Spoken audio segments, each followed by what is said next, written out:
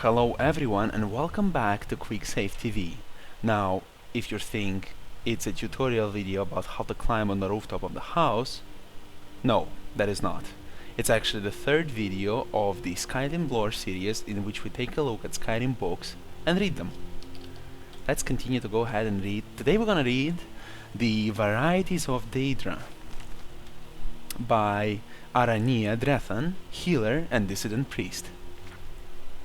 There is little chance of our ever understanding the various orders of Daedra and their relationships to the Daedra lords and their dominions. Of the varieties of Daedra that appear in our world, and the varieties of their relationships to their fellows, and their Daedra patrons, there is no end. In one place and time they are seen to be this, and in another place and time they are seen to be the opposite, and in another place and time they are seen to be both this and that, and in completely contradictory terms. What Daedra serves this prince, what Daedra gives orders, and what Daedra serves, and in what hierarchy and under what circumstances. What Daedra exists in fellowship with one another, and what Daedra have eternal enmity to one another, and what Daedra are solitary or social, and by turns solitary or social. There are no limits to the varieties of behaviors that may be observed, and in one place they may be this, and in another place they may be that, and all rules describing them are always found to be contradictory and an exception to others.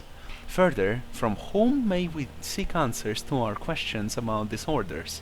From mortals, who know little but what they may observe of another world? From the gods, who speak in riddles, of enigmas wrapped in mysteries, and who keep things from us the better to preserve their dominion over us? From the Daedra themselves, who are never the models of straightforwardness or truth-telling, but rather are famous for misstatements and obfuscations, and even were the Daedra to speak the truth, how can we know if they know themselves, or that there is any truth about them that is to be known, or are all arrangements among the Daedra protean and ever subject to change? In short, what is to be known is little, and what is to be trusted is nothing.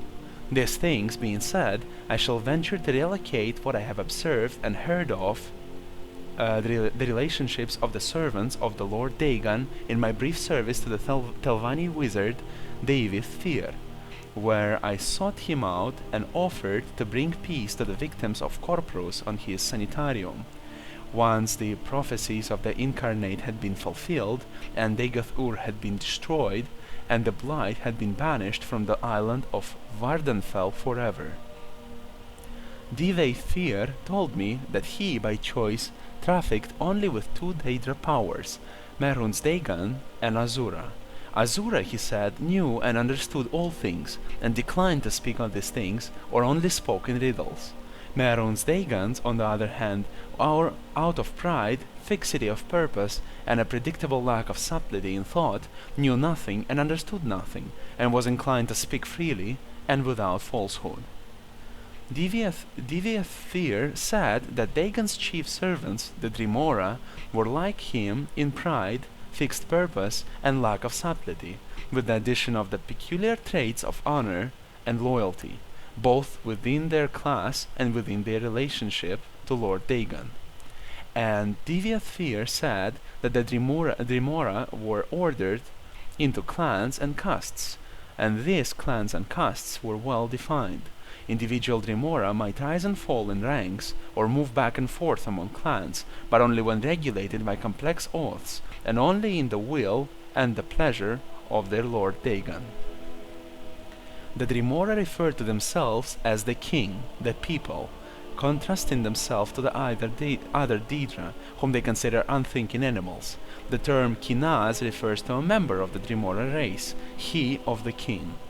The least of kin castes are the Churls, the undistinguished rabble of the lowest rank of Dremora. Churls are obsequious to superiors, but ferociously cruel to humans and other Daedra. Next in ranks are Caitives, creatures of uncalculating zeal, energy without discrimination. Caitives are used as irregulars in the faction wars of the Daedra, as berserkers and shock troops, undisciplined and unreliable, but eager and willing. The highest of the regular rank and file of the Remora troops are the Kinvals, warrior knights who have distinguished themselves in battle and shown the deliberate steadiness of potential war leaders. Above the rank and file warriors of the Kurl, Kaitif, and Kinval castes are the officer castes. A Kinreeve is a clan sheriff or clan officer. Kinreeves are typically associated either with a clan fighting unit or an administrative office in the order of battle. The Kin Marcher is the lord and high officer of a Daedric citadel outpost or gate. A Kin Marcher's command is usually associated with both a unit and with a fief, a location or territory for which he is responsible. Above the Kin Marcher is the Marquinaz, the Grand Duke. The Marquinaz is a Lord of Lords and member of the Markin, Merons Dagon's Council of Lords. The highest rank of the Remora is the Valkinaz, or Prince. This warrior duke is a member of the Valkin, Merons Dagon's personal guard.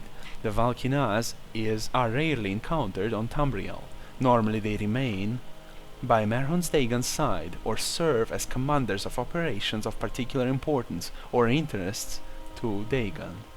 Of the varieties of other Daedra I encountered while I served in Devious Spheres, Corprosarium, Ogrims and Golden Saints, Daedroths and Winged Twilights, Scamps and Clanfears.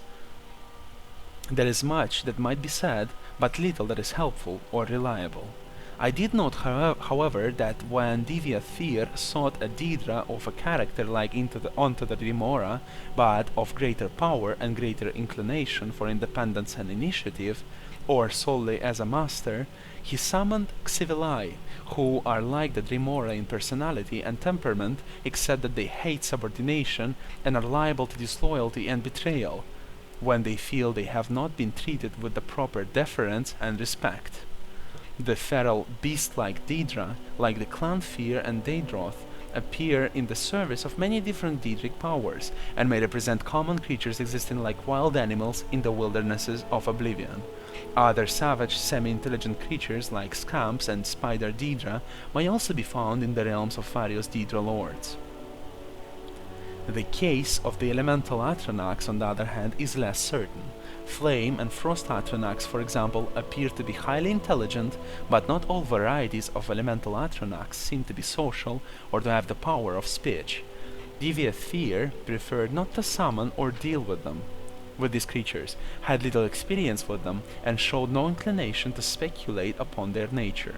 So I learned little about them during my time in Telfir. As always, thank you very much for joining me in this little reading of the book Varieties of Daedra and the third video in the series Skyrim lore.